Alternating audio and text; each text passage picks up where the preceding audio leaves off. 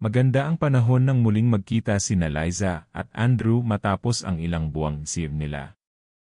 Isang taon na rin silang magkasintahan, at sa kabila ng distansya, dahil taga-Maynila si Liza at si Andrew na may mula sa isang malayong probinsya sa Kabisayaan, nananatili pa rin ang tamis ng kanilang pagmamahalan. Love, gusto mo ba magbakasyon sa amin? Tanong ni Andrew habang magkausap sila sa video call. May ngiti sa kanyang mga labi, pero may kakaibang lungkot din sa kanyang mga mata. Sa inyo? Sa probinsya ninyo, tugon ni Liza habang nilalabanan ang kaba.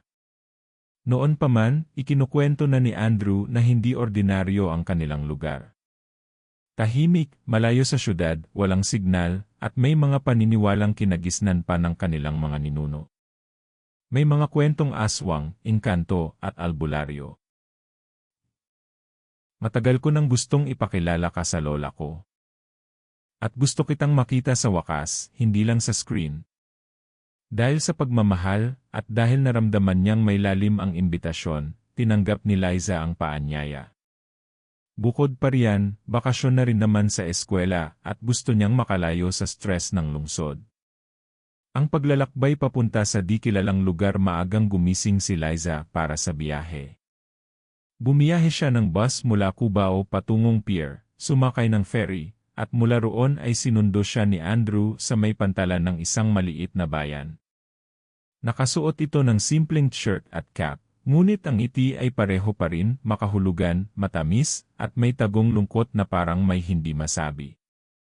Mula sa bayan, sumakay sila ng tricycle papunta sa bundok. Medyo malayo pa, love, sabi ni Andrew.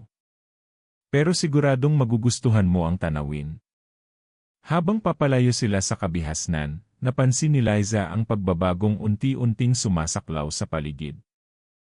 Mula sa mataong bayan, napalitan ito ng malalawak na palayan, masukal na kabubatan, at mga lumang bahay na gawa sa kahoy at pawid. Nakakabighani sa unang tingin, pero may kung anong lamig ang bumabalot sa lugar. Unang sulyap sa probinsya sa wakas ay narating nila ang tahanan ni Andrew, isang lumang bahay na bato at kahoy, napapalibutan ng makakapal na punong kahoy. Tinanggap siya ng matandang babae na tinawag na Lola Sabel, may puting buhok, nakabarong, at matalim ang mga mata. Ikaw ba si Liza? Tanong ng matanda. Hindi ito ngumiti, pero hindi rin galit. Pasok ka. Magpahinga ka muna. Mahaba ang biyahe mo.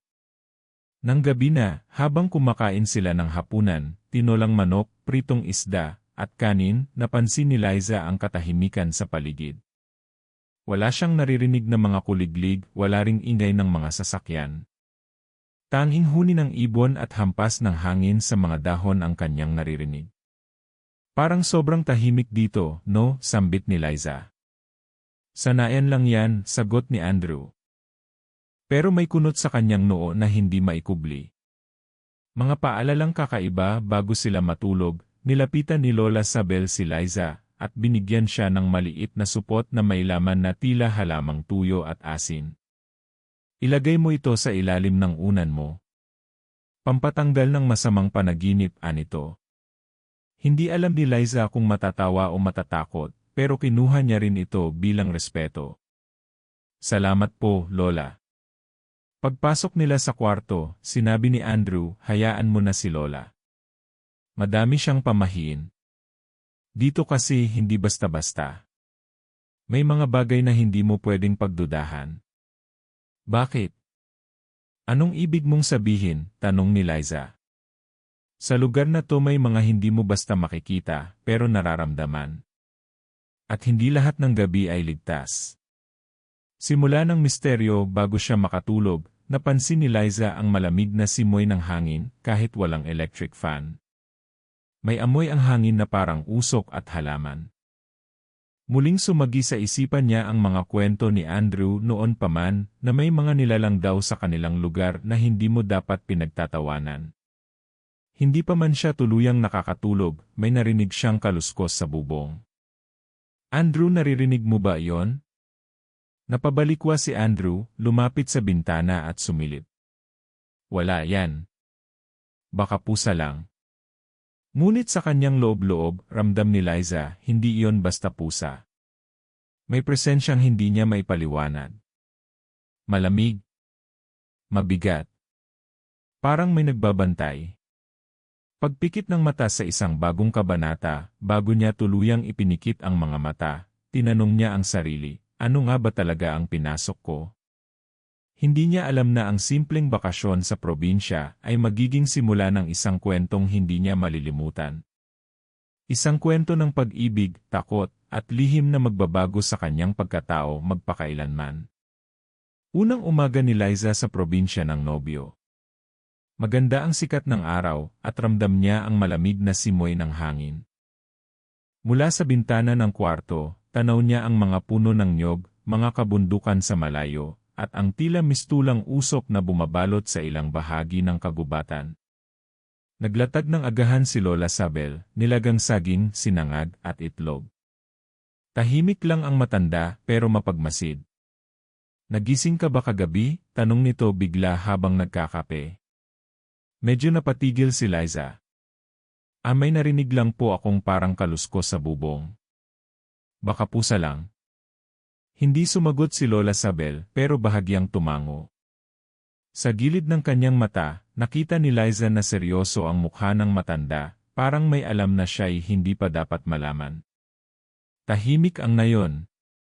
Masyadong tahimik pagkatapos kumain, nag-aya si Andrew na mamasyal sa paligid. Dinala niya si Liza sa malapit na ilog. Sa daan, ilang matatanda lang ang kanilang nasalubong, lahat ay tahimik, at parang ayaw tumingin ng diretsyo sa kanila. Parang hindi sila palangiti, wika ni Liza, pilit na tinatawanan ang sarili. Sanay lang silang may kanya-kanyang mundo.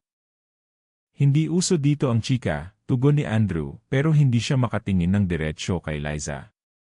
Napansin din ni Liza na wala masyadong kabataan. Wala ring tunog ng radyo o telebisyon sa mga bahay. Tanging huni ng mga ibon at kaluskos ng mga dahon ang maririnig.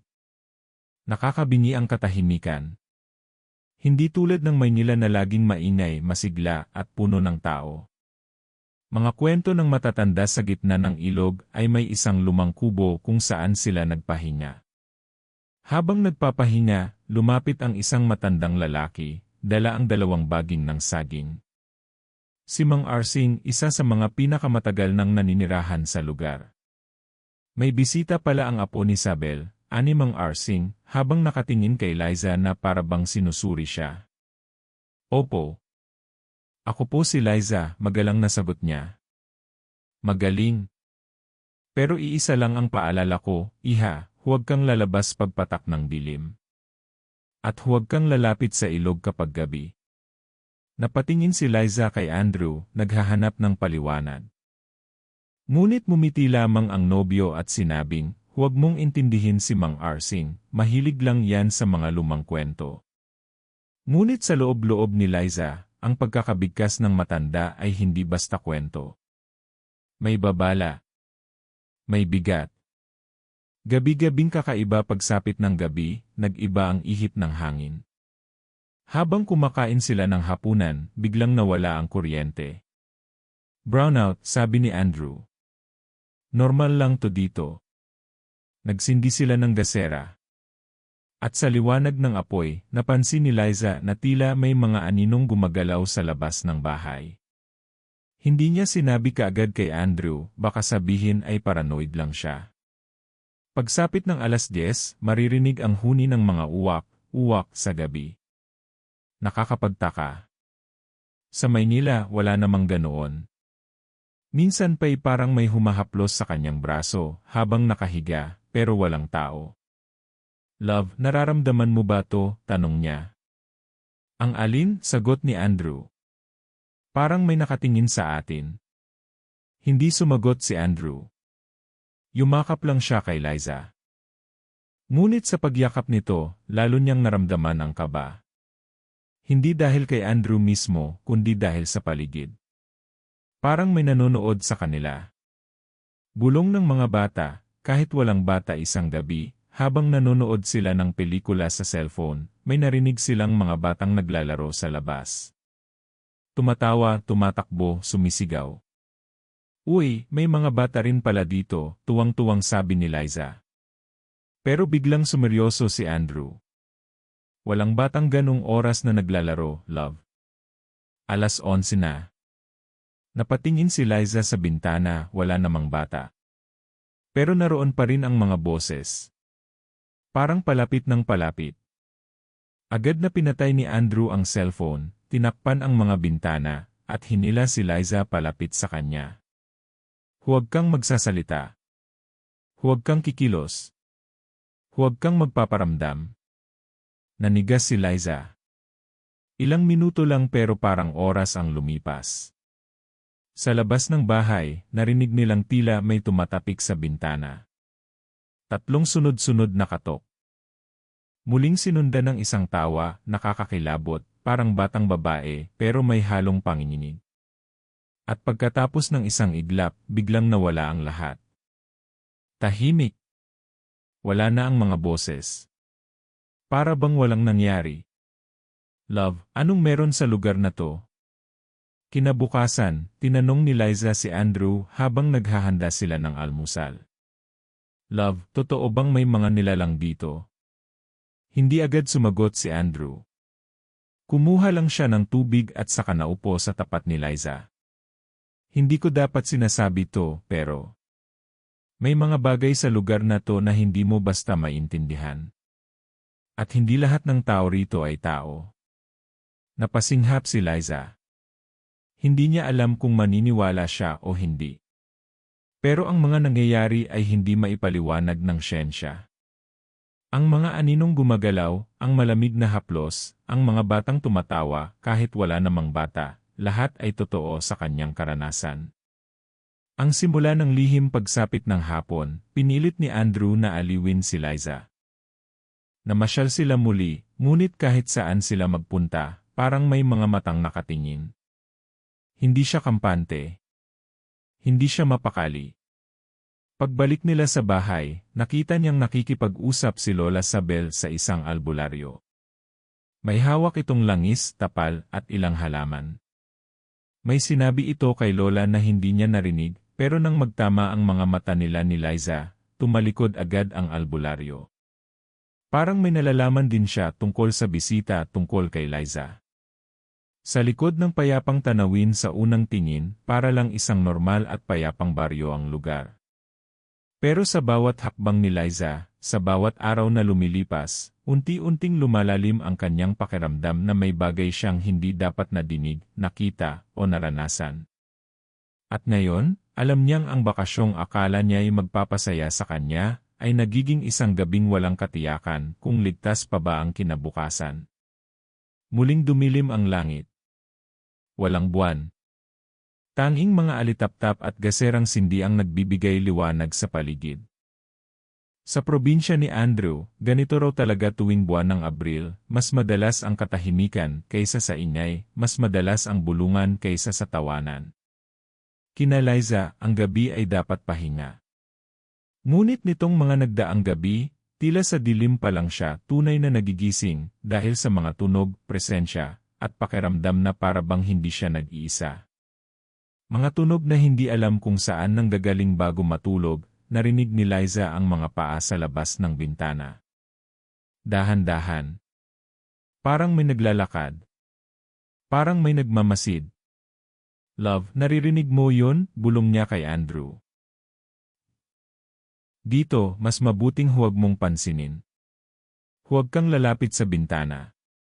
Huwag kang sisilip, mariin sabi nito. Pero ang kuryosidad ni Liza ay nangingibabaw sa takot. Marahan siyang tumayo, lumapit sa bintana kahit pa nagbabala si Andrew. Marahan niyang hinawi ang kurtina. Sa labas wala. Pero may isang nilalang na nakatalikod, mga 15 metro ang layo. Nakaputi.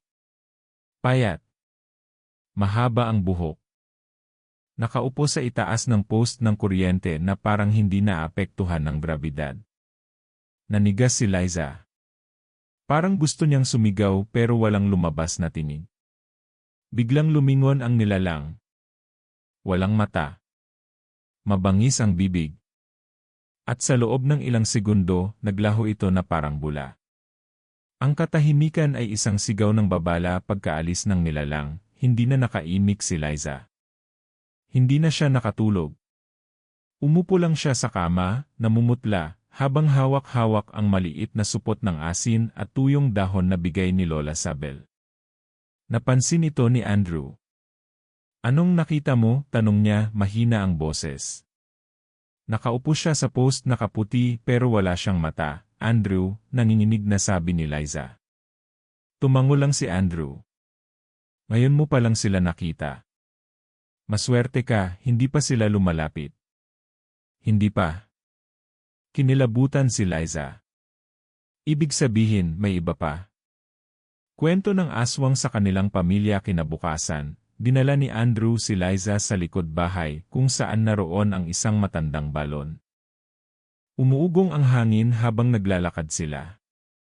Doon, inamin ni Andrew ang matagal na niyang lihim. "Love, may dahilan kung bakit hindi ko agad sinabi ang lahat. Ang totoo, may dugo ng aswang ang pamilya namin." Napaurong si Liza. "Anong ibig mong sabihin?" Noong kabataan ni Lola, ang mga ninuno niya ay may kakayahang magbago ng anyo, lumipad sa gabi, at suminghot ng dugo. Pero hindi sila masasama. Isa silang lahi ng tinatawag na tagapangalaga. Hindi sila pumapatay ng tao, pero may kasunduan silang sinusunod, kapalit ng kapangyarihan, may hangganan silang hindi dapat labagin. "Anong klaseng kasunduan?" tanong ni Liza, nanunuyo ang lalamunan. Ang probinsyang to ay pinamumugaran ng dalawang uri ng aswang, ang mga tagapangalaga, tulad ng lola ko, at ang mga tulisan, ang mga lumalabag sa kasunduan. Yung nakita mong nilalang kagabi, tulisan yon. At mukhang alam nilang narito ka na. Hindi na siya bisita, parte na siya ng laban simula nang nakita ni Liza ang nilalang sa poste, parang hindi na siya panauhin sa lugar. Parang isa na rin siya sa target. Habang lumilipas ang mga araw, lalong lumalakas ang mga presensya sa paligid. Sa gabi, nakakarinig siya ng mga tili sa kawayanan. May nagbubulungan sa kanyang tenga habang siya ay natutulog. Minsan, nagigising siyang may marka ng gasgas sa kanyang binti. Sinubukan niyang tawagan ang kanyang mga magulang sa Maynila, ngunit walang signal. Kahit text, hindi makalusot. Wala ring internet. "Trapped ako dito," bulong niya sa sarili. "Walang makakaalam kung anong nangyayari sa akin." Paghahanda sa di maiiwasang pagkikita, muling nagpakita si Lola Sabel. May dalang kulubot na libro at isang palayok na may apoy sa ilalim. "Iha," wika niya, "kailangan kitang ihanda. May dahilan kung bakit narito ka. At kung bakit nakita ka nila." "Bakit po ako?" tanong ni Liza, takot at litong-lito. "Kasi ikaw ang marka. Ikaw ang nakatakdang magpatigil ng kaguluhan sa pagitan ng mga tagapangalaga at mga tulisan." "Hindi ko maintindihan. Ako po'y isang normal lang na babae." "Hindi ka basta normal. Sa dugo mo, may halong liwanag, ang dugo ng mga manggagamot na sinaunang kaaway ng mga tulisan. At ang dugo mong yan, ang gusto nilang lasunin o angkinin." Napaluhod si Liza. Para siyang pinagsakluban ng langit at lupa. Wala siyang alam sa mga ganitong bagay. Gusto lang naman niyang magbakasyon, makita ang nobyo, at makapagpahinga. Ngunit ngayon, para bang may misyon siyang hindi niya pinili. Ang pagkikita muli, pero sa mas malapit pagdating ng 12:00 ng gabi, muling narinig ni Liza ang mga yabag sa labas. Hindi na lang ito basta kaluskos, malinaw na mga hakbang. Mula sa labas ng bintana, may sumisilip na anino. Ngunit sa pagkakataong ito, hindi siya nagpakita sa poste. Lumapit ito. Habang pinagmamasdan ni Liza ang bintana, biglang dumapo sa bintana ang isang nilalang. Mahaba ang dila, mapurol ang mata, at may matatalas na kuko. "La Liza," bulong nito, parang hangin na may boses. Napaatras siya, halos mapasigaw. Biglang sumulpot si Lola Sabel sa may pintuan, hawak ang palayok at sinabuyan ng abo ang may bintana. Isang malakas na sigaw ang narinig mula sa nilalang. Naglaho ito, ngunit naiwan ang marka ng kamay sa salamin itim, parang sinunog na kaluluwa. Binigyan na ng laban, hindi na ito laro. Hindi na ito kwento lang ni Andrew. Hindi ito imahinasyon. Ang gabing iyon ang nagsilbing resibo sa lahat ng hindi niya pinaniniwalaan noon. Ang aswang ay totoo. At hindi siya inosenteng dumaan lang. Bahagi siya ng kung anong matagal ng sigalot. At ngayon, unti-unti na niyang naintindihan, hindi lang siya dapat matakot. Kailangan niyang lumaban. Kinabukasan ng umagang iyon, muling bumalik si Liza sa likod ng bahay kung saan naroon ang lumang balon. May kung anong humihila sa kanya palapit dito, hindi takot, kundi kakaibang pakiramdam, para bang may itinatagong sagot ang balon na iyon. Tahimik ang paligid. Ang mga ibon ay tila nag-aalangan lumapit. Kahit ang mga dahon ng puno sa paligid, parang nagpipigil sa pagdalaw. Lumapit siya. Inalalayan siya ni Andrew. Sigurado ka bang gusto mong malaman ang lahat? Tanong nito. Tumango si Liza. Hindi na ako makakabalik sa dati kung hindi ko malalaman ang totoo. Ang kwento ng balon, muling lumabas si Lola Sabel, bitbit ang isang maliit na kahon na gawa sa kahoy at nilatagan ng mga lumang simbolo. Binuksan niya ito sa harapan ni Liza. Ito ang talaan ng kasaysayan ng lahi namin, sabi ni Lola. At dito mo malalaman kung bakit kami may ugnayan sa dilim. Lumuhod sila sa tabi ng balon habang binubuksan ni Lola ang mga sulat. Lumang papel, halos punit-punit na sa tanda, ngunit mababasa pa rin ang mga nakasulat. Panahon pa ng Kastila, may isang babaeng albularyo na kilala bilang Aling Pina. Siya ang tagapagbantay ng balon na ito. Dito niya kinukulong ang mga masamang espiritu, ang mga nilalang na lumalabag sa batas ng kalikasan at espiritu. Pero isang gabi, may dumating na nilalang, hindi siya karaniwang aswang. Siya ang tinatawag na anito ng kadiliman, at pinilit niyang makawala sa pagkakakulong sa ilalim ng balon. Nagkaroon ng labanan. Si Aling Pina, sa huling sandali ng kanyang buhay, isinakripisyo ang kanyang katawan upang iselyo muli ang nilalang. Simula noon, ang dugo niya ay isinumpa at ipinasa mula henerasyon sa henerasyon. Napatingin si Liza kay Andrew. Ibig sabihin, ikaw. Dala ko ang kalahati ng sumpa, sabi ni Andrew. Pero ikaw, tumingin si Lola Sabel kay Liza, diretso sa mata. Ikaw ang kalahating liwanag. Sa pagkakabuo ng inyong presensya dito, muling nagising ang balon. Mga boses sa ilalim sa gabi, naulit ang panaginip ni Liza, na tila siya ay nasa ilalim ng balon, nakalubog sa tubig, at maraming kamay na pilit siyang hinihila pababa. Nakikita niya ang aninong nilalang, walang mukha, ngunit may mga mata sa leeg. Ang tinig nito'y parang basag na salamin, ikaw ang susi. Pagkagising niya, basang-basa ang kanyang mga paa. Bumangon siya agad at pinunasan ito. Tiningnan niya ang paligid, lahat ay normal, pero sa kanyang puso may sigaw. May banta. Hindi lang panaginip iyon. Ang babalang simbolo, habang naghahapunan, biglang napansin ni Andrew ang marka sa ilalim ng mesa. Inukit ito ng kung sino, ngunit ngayon lang nila nakita. Isang bilog na may krus sa gitna, at may mata sa loob. Lumingon si Lola Sabel at agad na tumayo. Ang paningin, simbolo yan ng pagbubukas. Ibig sabihin, may nakaalpas na mula sa ilalim. Nanlamig si Liza. Paano? Akala ko may selyo ang balon? Baka may isa sa atin ang nabuksan ng hindi sinasadya. Muli silang nagtungo sa balon. Inilawan nila ito gamit ang lampara. At sa ilalim, sa lalim ng dilim, may mga matang nakatingin pataas, pulang-pula. Diyos ko, bulong ni Andrew.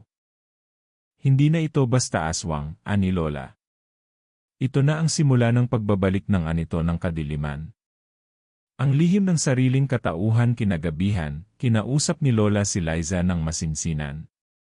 Pinaupo siya sa harap ng salamin at pinahawak ang isang dahon ng kakawate, habang sinabuyan ng langis ang kanyang noo. Magpakita ka, bulong ni Lola. Biglang nagdilim ang salamin. At sa loob nito, nakita ni Liza ang isang bersyon ng sarili niya, mas matapang ang tingin, mas malamig ang ngiti, at may marka sa leeg na hugis bituin. Ano to? Sigaw niya. Yan ang iyong lihim. Isa kang tagapagmana ng mga bantay liwanag. Mga nilalang na nilikha para tapusin ang lahi ng tulisan. Pero kailan may hindi ka gising hanggat hindi ka tinatawag ng kadiliman. Pagtanggap sa tadhana umiiyak si Liza habang bumabalik sa kwarto. Bakit ako? Bakit hindi sila?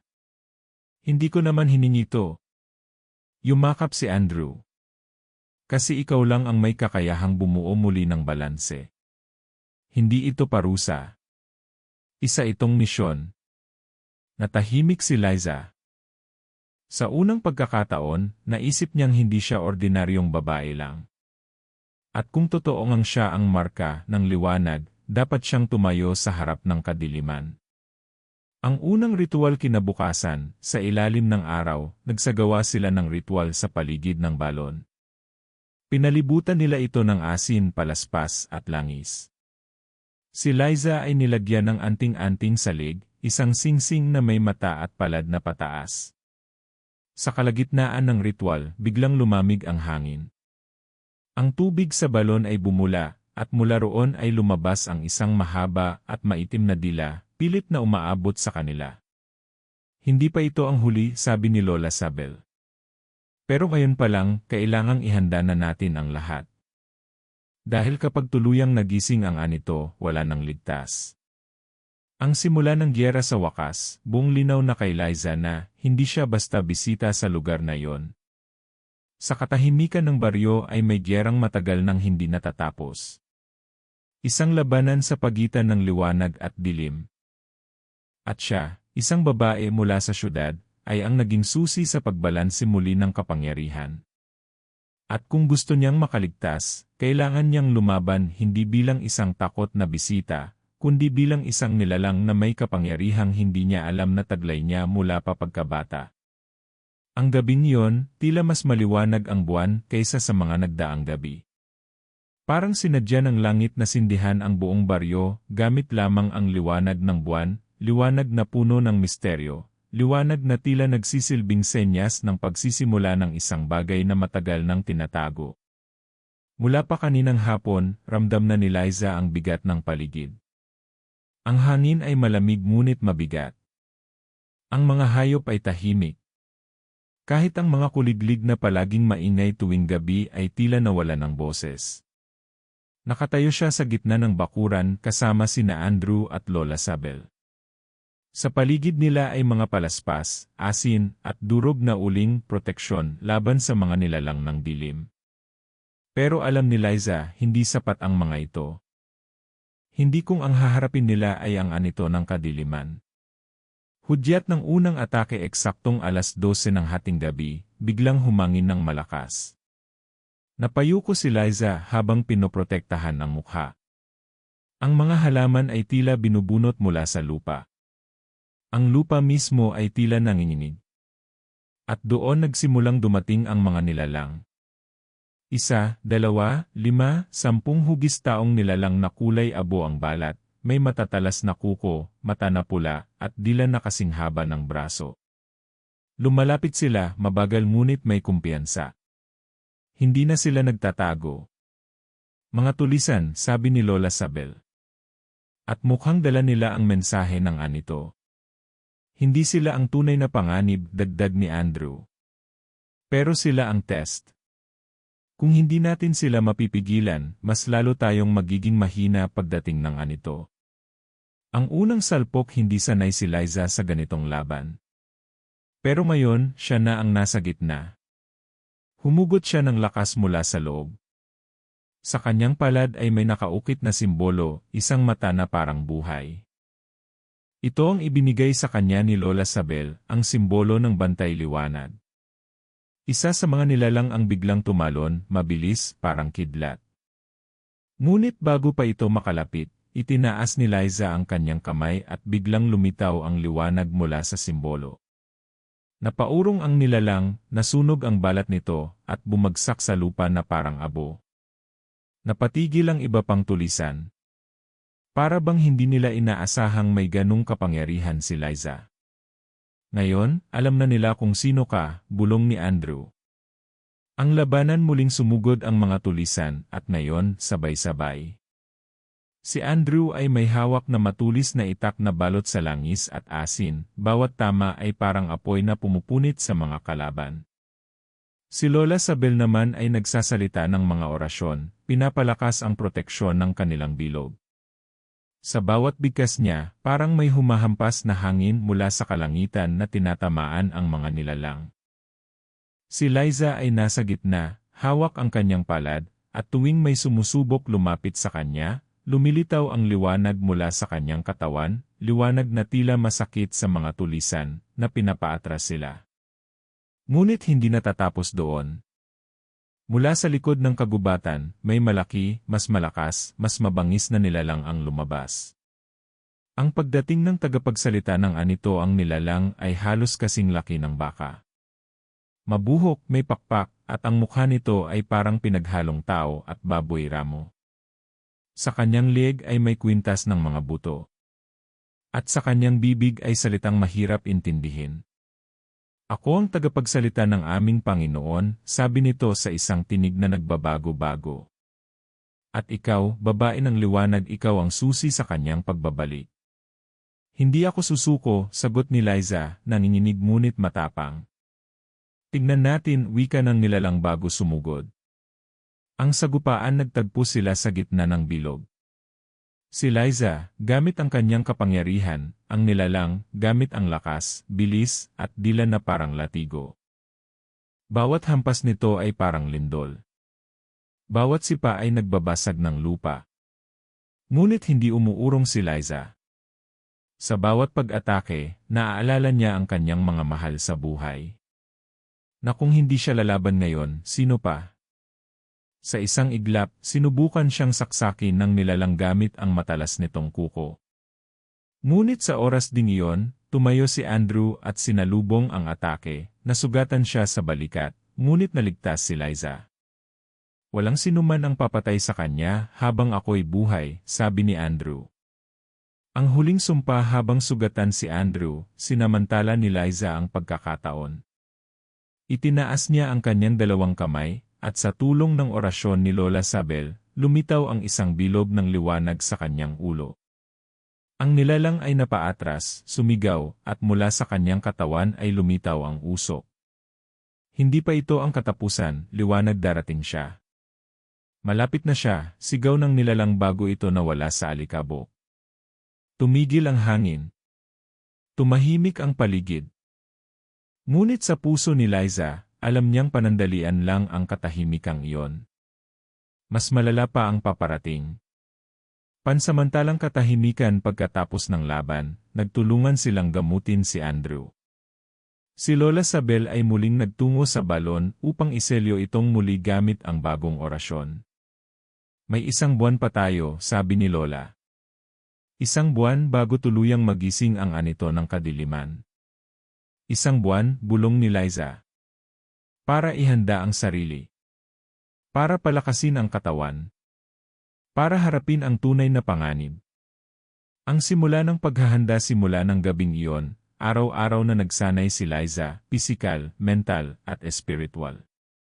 Tinuturuan siya ni Lola Sabel ng mga sinaunang dasal, ritual, at paggamit ng kapangyarihan ng liwanag. Tinuturuan siya ni Andrew ng pakikipaglaban, kung paano gumamit ng itak, kung paano umiwas, at paano tumama. Hindi na siya ang dating si Liza na galing sa syudad na simpleng nagbabakasyon lang.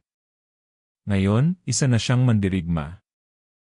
At sa susunod na kabilugan ng buwan babalik ang kadiliman.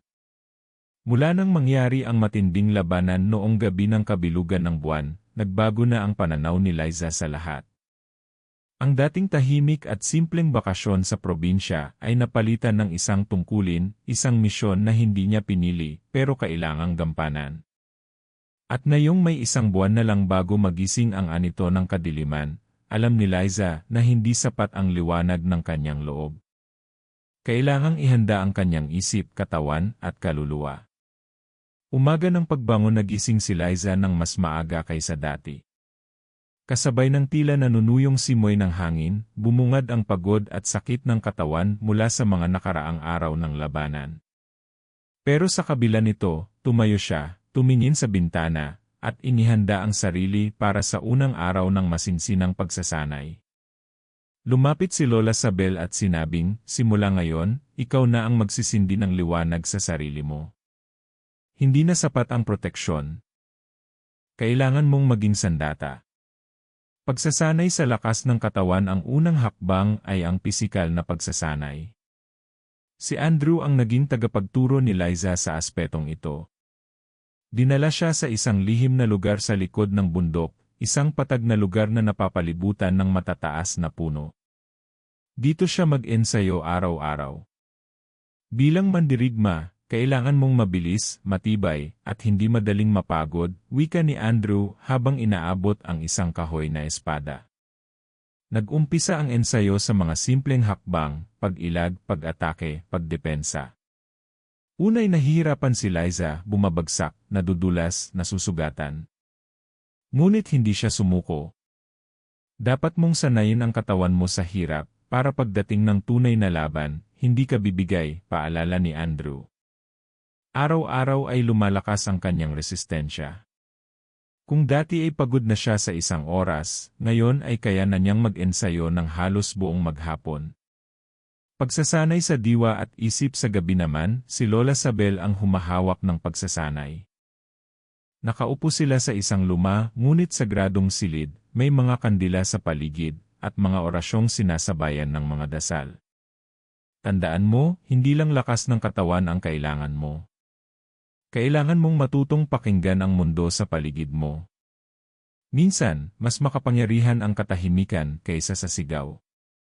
Tinuruan siya ni Lola ng mga lumang panalangin, panlaban sa masasamang espiritu, pangalis ng sumpa, at panawagan ng liwanag. Dito rin niya natutunan kung paanong ang kapangyarihan ay hindi lamang basta-basta inilalabas, kundi pinapatahimik, pinahihintay, at ginagamit lamang kung kailan dapat. Ang tunay na lakas, ani Lola, ay hindi sa lakas ng palo, kundi sa tibay ng loob. Pagkilala sa kapangyarihan ng liwanag habang lumilipas ang mga araw, napapansin ni Liza na unti-unting lumalakas ang kanyang kapangyarihan. Kapag hinahawakan niya ang lupa, nararamdaman niyang tumitigil ang kilabot. Kapag nagsasalita siya ng orasyon, may mga nilalang sa paligid na tumitigil sa pagdalaw.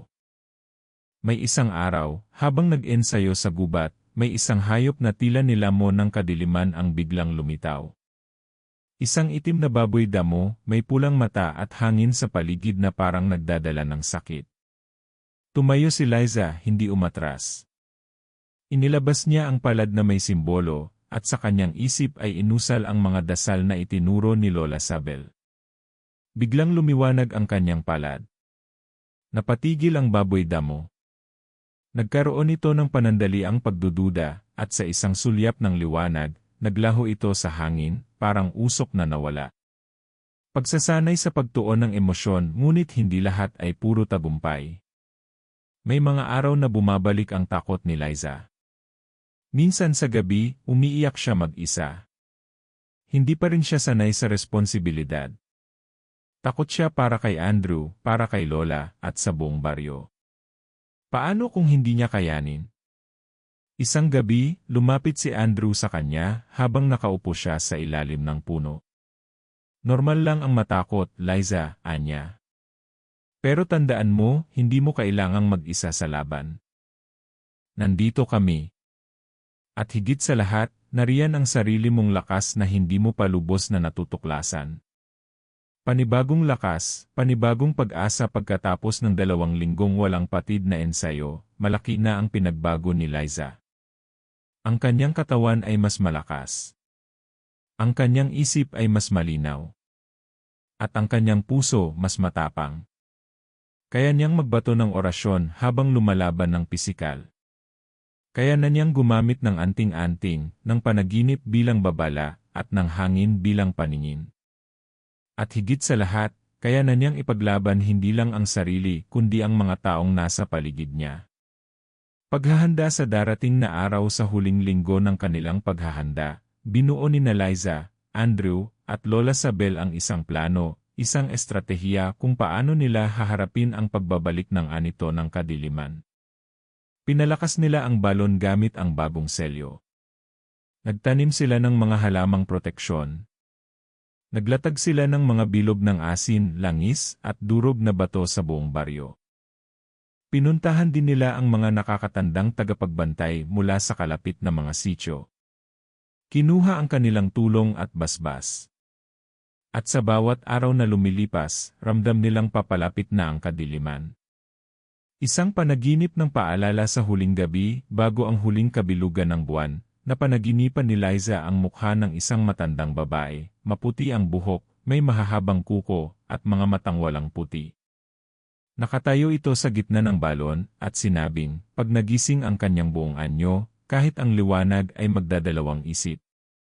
Huwag kang bibitiw sa liwanag mo. Nagising si Liza na may luha sa mata. Pero sa puso niya nandoon ang tibay. Handa na siya. Lumipas ang mga araw, at sa wakas, dumating na ang gabi ng kabilugan ng buwan, ang gabi ng pagbabalik, ang gabi ng pagsubok, ang gabi ng katotohanan. Lahat ng paghahanda, dasal, at pagsasanay ay para sa gabing ito. Tahimik ang buong baryo. Wala ni isang bata ang lumalabas. Sarado ang lahat ng bintana, at bawat pinto'y may krus ng abo, asin, at langis. Ang mga matatanda ay nagdarasal, ang mga hayop ay tila nagtatago. Ramdam ng lahat na may parating, isang bagay na matagal nang hindi muling nakita. Paghahanda sa sentro ng labanan sa gitna ng baryo, nasa sentro ang lumang balon na siyang naging pinagmulan ng lahat. Dito nagsimula ang sumpa, at dito rin ito dapat magwawakas. Pinalibutan ito ni Liza, Andrew, at Lola Sabel ng mga anting-anting, halamang proteksyon, at bagong ukit na orasyon sa paligid ng balon. Nakabihis si Liza ng puting damit na may sinulid na ginto sa laylayan, isang simbolo ng bantay liwanag, ang tagapagsara ng daan ng kadiliman. Kapag bumukas ang pinto, wala nang atrasan, sabi ni Lola Sabel. Ang anito ay lalabas sa kanyang ganap na anyo. At kung hindi mo siya mapipigilan, ang buong probinsya ay lulubog sa kadiliman. Simula ng ritual eksaktong alas 12 ng gabi, nag-umpisa ang ritual. Nagsalita si Lola Sabel ng sunod-sunod na sinaunang orasyon, gamit ang isang balaraw na ginto, at isang palayok na may tubig mula sa 7 ilog.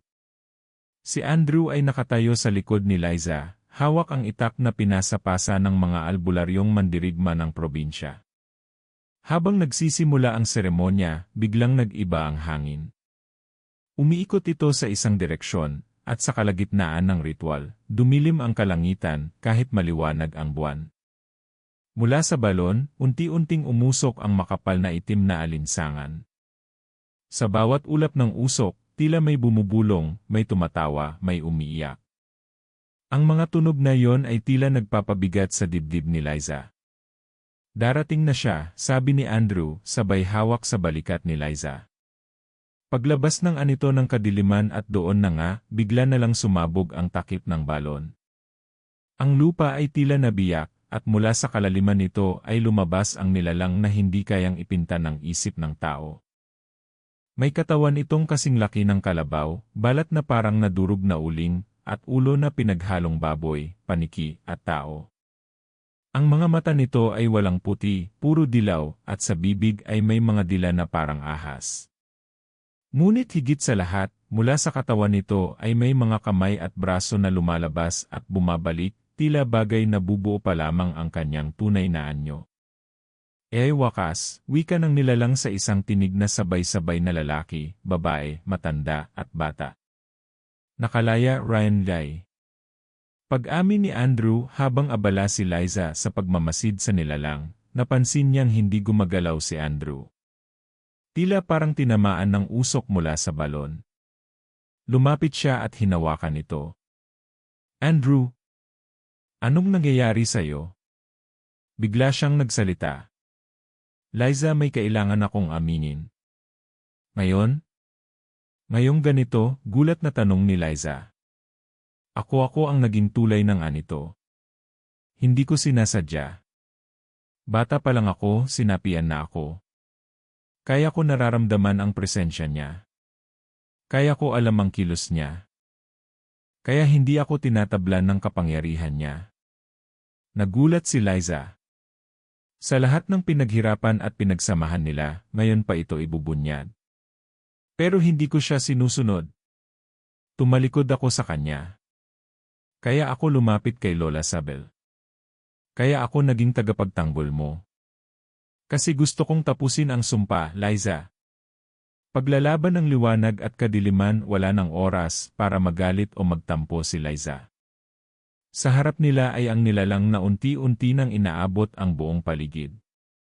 Isang sulyap lang nito sa puno at ang mga dahon ay nalalanta. Isang hakbang lang at ang lupa ay nagkakabitak-bitak. Si Liza ay tumayo, nagdasal ng orasyon at inilabas ang kanyang palad. Ngunit sa pagkakataong ito, tila hindi sapat ang kanyang liwanag. Hindi tumatagos. Hindi nasasaktan ang nilalang. Hindi ka pa buo, sigaw ni Lola Sabel. Kailangan mong harapin ang sarili mong takot. Harapin ang anino mo at tanggapin kung sino ka. Pagpasok sa mundo ng sarili, biglang hinigop ng hangin si Liza, papasok sa sariling isipan, isang mundo ng alaala. Nandoon ang kanyang kabataan, ang kanyang mga takot, ang kanyang sakit, ang lahat ng pagdududa niya sa sarili. Narinig niya ang tinig ng kanyang ama, ina, ang mga taong umusig sa kanya noon. Hindi mo to kaya. Mahina ka. Hindi ka karapat-dapat. Ngunit sa gitna ng kadilimang yon, may liwanag na sumilay siya. Siya mismo, si Liza. Tumatayo, hawak ang liwanag sa kanyang puso. Ako si Liza. At ako ang pipigil sa kadilimang to, pagbabalik ng tunay na liwanag pagmulat niya, nagliliwanag na ang kanyang katawan. Hindi lang ang palad ang may simbolo, kundi pati puso, noo at likuran.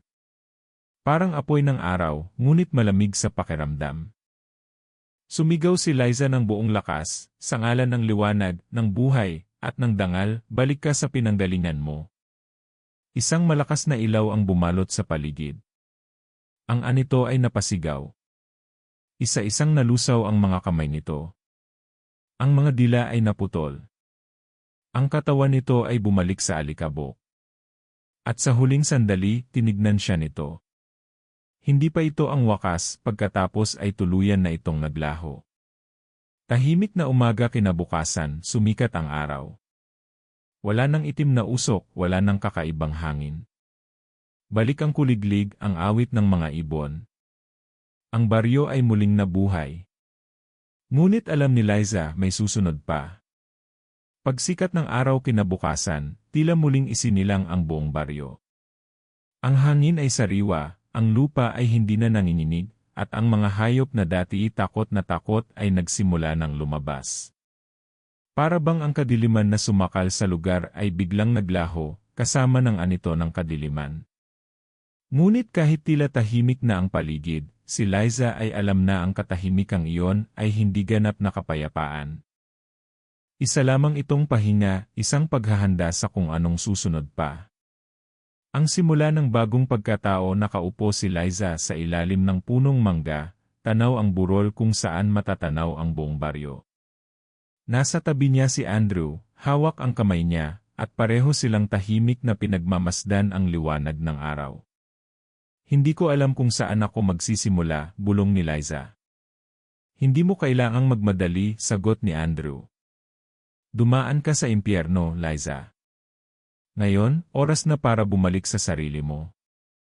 Pero alam ni Liza, hindi na siya ang dating siya.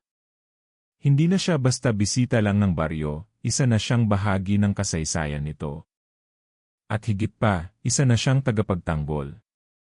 Pagkilala mula sa baryo nang bumalik sila sa sentro ng baryo, sinalubong sila ng mga tao.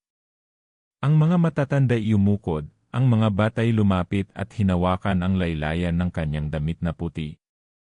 Si Kapitan Rolando, na matagal na ring tagabantay ng baryo, ay lumapit kay Liza. hindi ko alam kung paano ka pasasalamatan. Kung hindi dahil sa iyo, baka hindi na namin muling nakita ang araw na ito. Hindi po ako mag-isa, tugon ni Liza, sabay tingin kina Andrew at Lola Sabel. Ginabayan nila ako. Pinaniwalaan nila ako. At higit sa lahat, ipinaglaban nila ang baryong ito. Nagdesisyon ang mga matatanda ng baryo na ipasa kay Liza ang agimat ng tagabantay, isang kwintas na may batong puti at gintong ukit. Simbolo ito ng pagiging bagong tagapangalaga ng liwanag sa kanilang lugar. Ang lihim ng gubat, muling pagbisita makalipas ang isang linggo, binalikan ni Liza ang lugar kung saan siya unang nakaramdam ng presensya ng kadiliman, ang gubat sa likod ng bahay ni na Andrew. Sa paglalakad niya, napansin niyang unti-unti nang bumabalik ang sigla ng kalikasan. Ang mga dating tuyong puno ay muling nagkakaroon ng dahon. Ang mga ibon ay muling lumilipad sa himpapawid. Sa gitna ng gubat, sa dati niyang pinag-ensayuhan, may iniwang mensahe si Lola Sabel, isang ukit sa puno na nagsasabing, kapag natutunan mong tanggapin ang liwanag mo, kahit ang dilim ay yuyuko sa iyo. Pinikit ni Liza ang kanyang mga mata, at sa loob ng kanyang dibdib, naramdaman niya ang init ng kapangyarihan, hindi na gaya ng dati, kundi mas buo, mas kalmado, at mas matatag. Paalam kay Lola Sabel isang gabi, habang ang buwan ay kalahati pa lamang, kinausap siya ni Lola Sabel.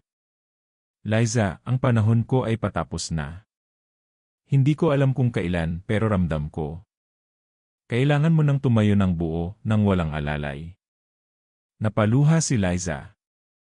Lola, hindi ko po alam kung kakayanin ko.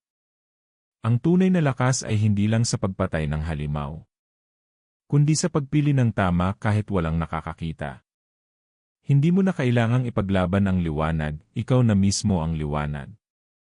Niyakap niya si Lola. At sa gabing iyon, parang bata siyang muli, hindi bilang tagapagtanggol, kundi bilang isang apo na natutong magmahal ng totoo. Isang panaginip, isang hudyat, isang gabi, na panaginipan muli ni Liza ang anito ng kadiliman. Ngunit hindi na ito anyong halimaw.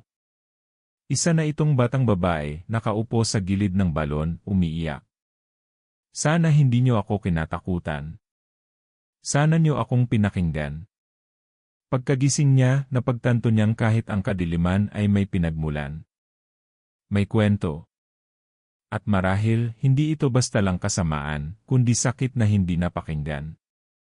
Galit na hindi naintindihan. Mula roon, alam niyang hindi lamang niya tungkuling puksain ang dilim, kundi hanapin ang ugat nito, at ayusing muli. Pag-alis ni Andrew, dumating ang araw na kailangang bumalik ni Andrew sa lungsod. Tinanggap niya ang alok na trabaho sa Maynila, pero bago umalis, dumaan siya kay Liza. Babalik ako, sabi niya. Pero alam kong mas malaki na ang mundong ginagalawan mo ngayon. Ngumiti si Liza. Babalik ka man o hindi, alam kong pareho nating ginampanan ang papel natin. Salamat. Naghalikan sila ng marahan, hindi sa paraang puno ng pangako, kundi puno ng pasasalamat. Isang babae, isang kwento, isang simula makalipas ang isang buwan, si Liza ay nanirahan sa baryo. Ginawa niyang tahanan ang dating kubo ng kanyang mga ninuno. Ginamit niya ang kanyang oras sa pagtuturo ng kabataan tungkol sa kabutihan, sa paggalang sa kalikasan, at sa paghahanda sa mga bagay na hindi nakikita ng mata. Hindi siya naging perpekto. May mga gabing muling dumarating ang takot. May mga panahong tila binabalikan ng dilim. Pero sa bawat pagkakataong ganoon, hinaharap niya ito, hindi na may takot, kundi may liwanag. At sa bawat gabi ng kabilugan ng buwan, binabantayan niya ang balon. Hindi para takutin ang sarili, kundi para ipaalala sa sarili niya, ako si Liza. Isang babae. Isang tagapagtanggol. At ito ang kwento ng aking liwanag.